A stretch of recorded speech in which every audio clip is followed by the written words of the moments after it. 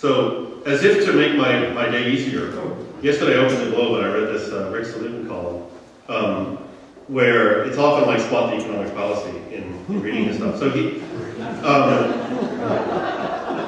wrote this column. You read it too, right? Did you read it? Okay. Yeah,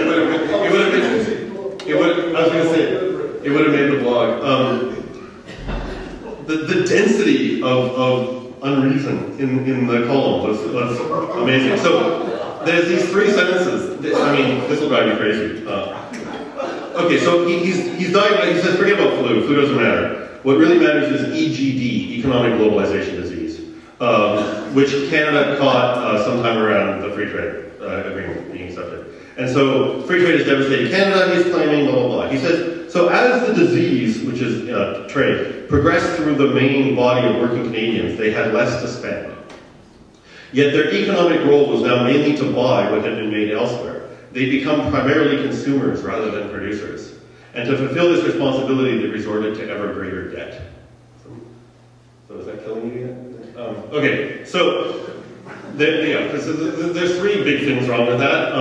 The first big thing wrong with that is this idea that you can become a consumer and not a producer.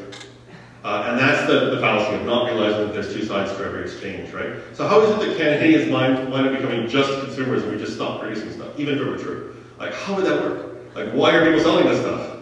We're just not paying for it?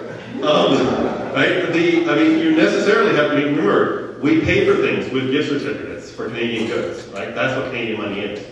And so if we're importing things, we're necessarily producing things to pay for it, in the long run. Then secondly, this idea that, how did we manage to pull this trick off of becoming consumers and not producers? Well, we resorted to ever greater debt. Right? Well, again, it's important to remember, right? Like, what is debt? Canadians, so what he's thinking is, people have credit cards, they're maxing out their credit cards, so they're not really working, they're just consuming, right? Well, Canadian debt, we owe that debt to each other, right? Like, where does it come from? Banks lend it to you. Where do the banks get it? People deposit it, right? Like, Canadian debt held by individual Canadian consumers is simply owed to other Canadians, right? And so the 2 level out, setting aside a few other complications, right? The 2 come to 0, right? It's just other Canadians lending money to other Canadians, right? Where'd they get that from? By producing things, right? And so this idea that Canada as a whole became indebted, it reveals like a lack of understanding that there are 2 sides to every one of those transactions. For every debtor, there's a lender. Okay, well, maybe it's possible that we collectively have been borrowing from foreigners, right? So maybe it's not just Canadians owing debt to each other. Maybe we've been importing and becoming massively indebted to foreigners, right? That would be conceivable, but it's just empirically false, right? That is, Canada's had positive balances of trade. We've been exporting more than we've been importing for a while now. It went a little haywire recently. But Canada exports more than, so it's factually correct that we become consumers, not producers, right? We're producing more than we import, which means that we're holding foreign debt. Other people are becoming indebted to us, right? So anyhow, there's a kind of high density of error in this column, right? And it does speak to my sort of abstract concern, right? Which is that I think many people on the left in Canada get turned off very, very quickly by the way economics is done and the way it's taught. I certainly had this experience. And so as a young left-wing student, took an economics class, and first thing I learned, day 1, was that everyone is self-interested, people are only interested in profit making, firms are only interested in making profits, and that's a good thing. And we're going to show you why. And that was kind of the message I got, first day of class. And I thought, well, that's wrong, and that's obnoxious, and therefore I don't have to worry about what economists say. Right? Because they're operating on false premises, and so everything else that must follow from it has to be optional as well. And so, I went to about 3 of my economics classes, and then discovered that the exam, there was a 100% multiple choice final that was generated by a CD-ROM that came with the textbook. So I actually asked the professor, I said, so you're telling me that nothing you say could possibly be on the exam, right? It's all just coming out of the software that accompanies the book. He was like, right. I'm like, okay, see ya. So I just read the book, and that was it. So that was it for my economics education. But at least I stuck through to the final. Lots more people just drop it. And as a result, I think that there is a problem of economic illiteracy, generally speaking, in the population. But I think it also tends to be worse on the left than on the right, because people on the left with a higher level of kind of moral concern, and in particular with greater concerns about issues of distributive justice, and who themselves feel like self-interest dominates their life to a lesser degree than that of other people, right? You know, are less interested in money and so forth. Find the basic premises that are used in constructing economic models so objectionable that they just never get past it, right? And of course, if you stick with it for years, you discover that things are more complicated and you learn about the limitations of the models and so forth. But the fact is that so many people have dropped out from at that very beginning point. They never get to the point of seeing why the profession actually is more complex and rich and so forth. So, I mean, the book is aimed at people who hate capitalism. It's not actually it's by someone who used to hate capitalism, but kind of came to adopt a more nuanced view.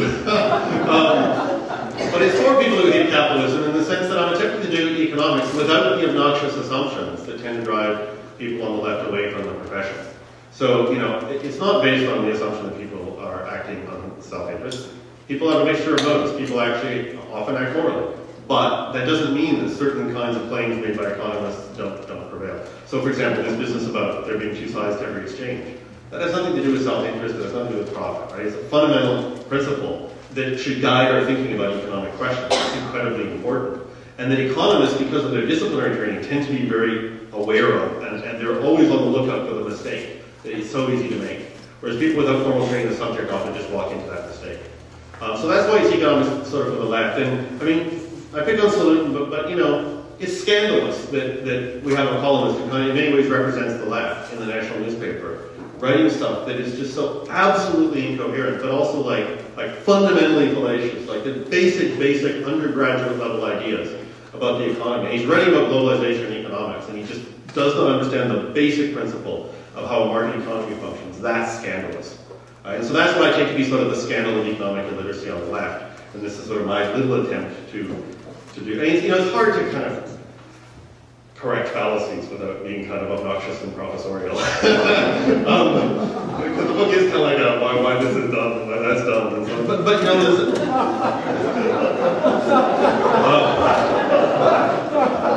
but what can you do? Like, this is dumb. Like, this is dumb. Right? There's a huge volume of just really dumb things that get said that nobody calls anyone on, right? So, the book starts out with the 6 favorite economic fallacies of the right.